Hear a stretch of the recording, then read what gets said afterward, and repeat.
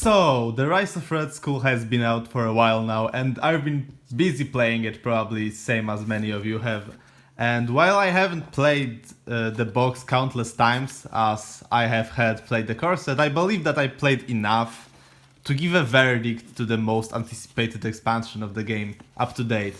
So, why is it so anticipated? Most of you probably know all about the expansion already, but let's go through it real quick. We got 5 new villains, 2 more heroes, a campaign mode that can be used with those new 5 villains, and some new modular sets. We will go through the heroes section, and the player card section, the villain section, the modular section, and the campaign in a bit.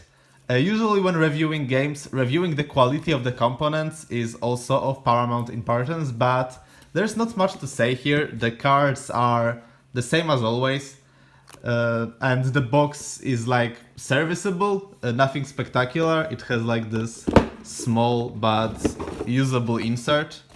You can just store cards like that and it works. It's like much worse than the corset one, but I guess that was an exception. So with that out of the way, let's just move to the heroes section. So the really interesting stuff. So I will just start out by saying the new heroes are very, very good. Both of them feel very well designed, and they have like complete kits. Like they have economy, damage, ways to protect yourself, thwart. And unlike some other heroes, they don't really have cards in their like starting 15 that you wish you could just not play them in the deck. Like for example, She-Hulk has some cards like that. Hawkeye is really powerful with his arrow events that have the limitation of exhausting the bow, but they all seem to be undercosted by exactly 1 resource if you think about it. So once you are set up, he hits very well. And Spider-Woman is very versatile and can go with pretty much any game plan you desire, as her kit provides some of the best disruption tools in the game with pheromones. She has economy, she has reading, she has threat control. She even has some reliable way to get tough status, which is pretty rare for heroes, and one of the best signature allies in the game, maybe even the best one. It's probably the best signature ally in the game, Captain Marvel. You can just the ridiculous stuff with her. If you like get a med team and the Sky Cycle on her, for example, you will just be drawing cards all day and you will just keep healing her. It's very much worth it. So those two are pretty much some of the best heroes to play right now, and they should be the #1 reason for you to get that pack, in my opinion. So when it comes to player cards, as you can see, we got cards for all aspects except for protection, which is something I don't really like, as even in small hero packs we got a card for each aspect, and actually we didn't get that many player cards compared to the usual hero pack, because basic hero packs, I mean, have around 10 to 11 new cards, and this pack has only 14. Meaning that, interestingly, it doesn't enhance your deck building options more than, let's say, getting the Miss Marvel pack or Thor pack or any other pack. So this is a bit of a minus for me, as a big box like this should have some player cards outside of the starter decks, and at least a single protection card, as deck building is a big draw for many people. So the aggression cards we got are pretty straightforward. We have 2 damaging events and an ally. The damaging events are more efficient than most of the other aggression options if they are used in their full extent, so if they are used to remove tough or if you draw a card with press the advantage. And Spider-Girl will probably stay in the most aggression decks for a long time, because as leadership decks have proven, 2-cost allies are probably the best way to survive villain attacks in the game. So Justice has gotten the most expensive ally in the game. Spider-Man is at its best in multiplayer, where thwarting big side schemes can get really messy, but he should only be going into decks with some insane economy like Strange, for example, and he already doesn't need that, so it's kind of hard to get a spot for him right now. Clear the Area is a very efficient little event. But that should be going into most decks, I think. It requires some planning and cooperation into players so we can actually clear it and like requesting actions, but it works very fine. And Skilled Investigator is a very scenario dependent option to draw cards, but it's free, so you can just even use it to fin your deck even if you like trigger it once or twice, so it's okay. Basic got War Machine, and he's doing a very good job of making protection feel even less relevant, and I believe he will see a bit of play. And Earth's Mightiest Heroes might be the most important card of the pack. It enables a lot of combos that I'm not even gonna delve into right now, and it will still be enabling a lot of them in the future. And cards that Leadership got, don't get me, they are cool, but Leadership is already like overflowing with many options, and this stuff is mostly just for variety, not because they are offering a lot we just couldn't do already. Goliath is probably most notable, as Leadership did not have an access to an ally so worth reading so far, and Leadership has a lot of reading, so it's good to like finally have something to do with it. And Ready for Action is yet another way to easily tank a villain attack, and I will believe it will be played there, here and there, and the other allies have some builds going for them, but they are not terribly exciting. When it comes to the villains in the box, we got an entire 5 of them, so basically double of what we had before. Some of them are stronger on the theme and mechanics, some are a little bit more generic, but overall there isn't a really weak scenario among these ones. So all of them are better than Norman Osborn and the Wrecking Crew. And I've seen, so let's start out with the first scenario, and I've seen a ton of people comparing Crossbones to Rhino. But I think the nature of the challenge is different enough that this comparison isn't really one-to-one. He has 3 stages, so the game really isn't about avoiding advance at all costs, but the stages are really easy to go through. They don't require a ton of progress, so you need your A-game threat control, and you need speed to avoid acceleration, so you can just kill him as fast as possible. The deck itself is all over the place, with one card that's called Full Auto, and this is basically one of the strongest encounter cards in the game.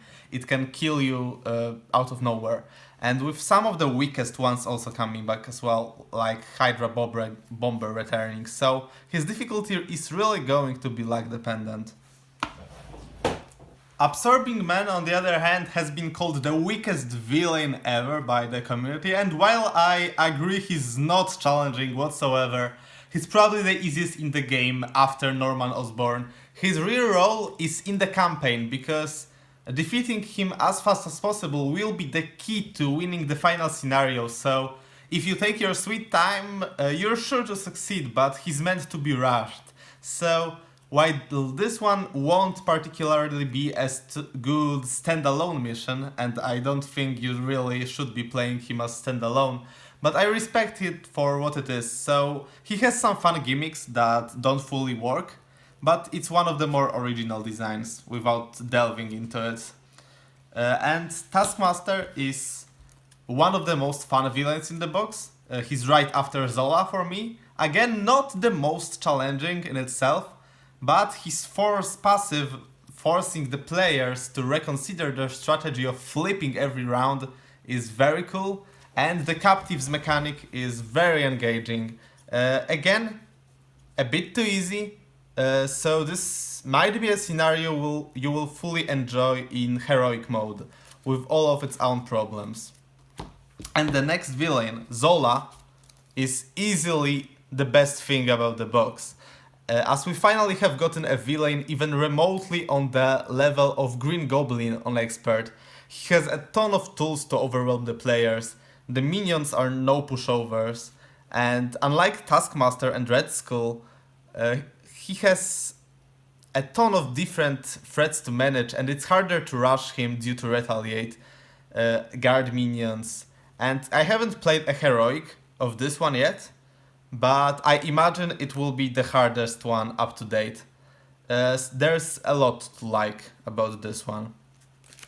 And the Red Skull, final boss of this box, he kind of comes short of the ultimate challenge I was expecting him to be. So his side scheme deck, aside of the sleeper, is actually filled with a lot of semi-positive cards. Like there's a scheme that allows you to play an ally for free, which given the right sequence really turns the game around. So the schemes are not really that scary. And Red Skull won't be too dangerous if you have good threat control and some disruption, as stunning him is usually all you need to do. And his encounter cards are okay, but nowhere as dangerous as Zola. So he's another villain that really seems to be designed to be played in campaign mode, as majority of the difficulty comes from the insane threat rise at the start of the scenario. That depends on how our fight with Absorbing Man went. So, to conclude the villains section, while initially I was the most excited for the villains, in the end I think heroes turned out to be more exciting out of the pack, but they are still solid to play. Zola is a must-have in the current card pool, and I think Crossbones and Taskmaster have some replayability, but that's just judging them on the round. So before I say my final words, we need to go through one more section. So finally, the campaign cards themselves and all that brings. So let me just start out by saying, while it's nowhere near perfect, it's just fun to get exclusive bonuses while playing the campaign. It brings a bit of imbalance to an already unbalanced game, but the core mechanic behind it is just naturally satisfying, and if you have the time to play the campaign, I totally recommend doing so at least once. But there's a slight problem with it though, and that's this imbalance I was talking about. So the cost of earning all of those cards is supposed to be the recurrent health of the heroes, and the fact that you need to get one of those extremely nasty obligations to heal yourself in between the missions. But the cards you get from defeating the villains and the captives that you unlock seem like favoring the player way more than the encounter. And as long as you rush the Absorbing Man properly, the recurrent health won't be much of a problem. In my playthroughs, I've never seen anyone take an obligation to heal, so I've never seen those 4 cards even hit the game, because it's just way easier to heal in-game. And I think it's just a bit of a shame, because like avoiding the obligation at all costs seems like the strategy, so those cards, and there's 16 of them, will just be sitting in the box. And so overall, campaign is very rewarding and it makes sense to play it this way, but if you want a more vanilla experience, I think that ultimately playing Zola, Crossbones and Taskmaster standalone is something that you should give a try. Also, before the verdict, there's one more thing that the box itself actually brings to the game. 2 more keywords, ranged and piercing. Ranged counters retaliate and piercing gets rid of tough. The more keywords the better in my opinion, but I found it comical to see those keywords pop back in each scenario you encounter only to be meaningless when you're running a hero without retaliate or ways to get tough status. It's way more meaningful on player cards, as they can serve as your sideboard of sorts.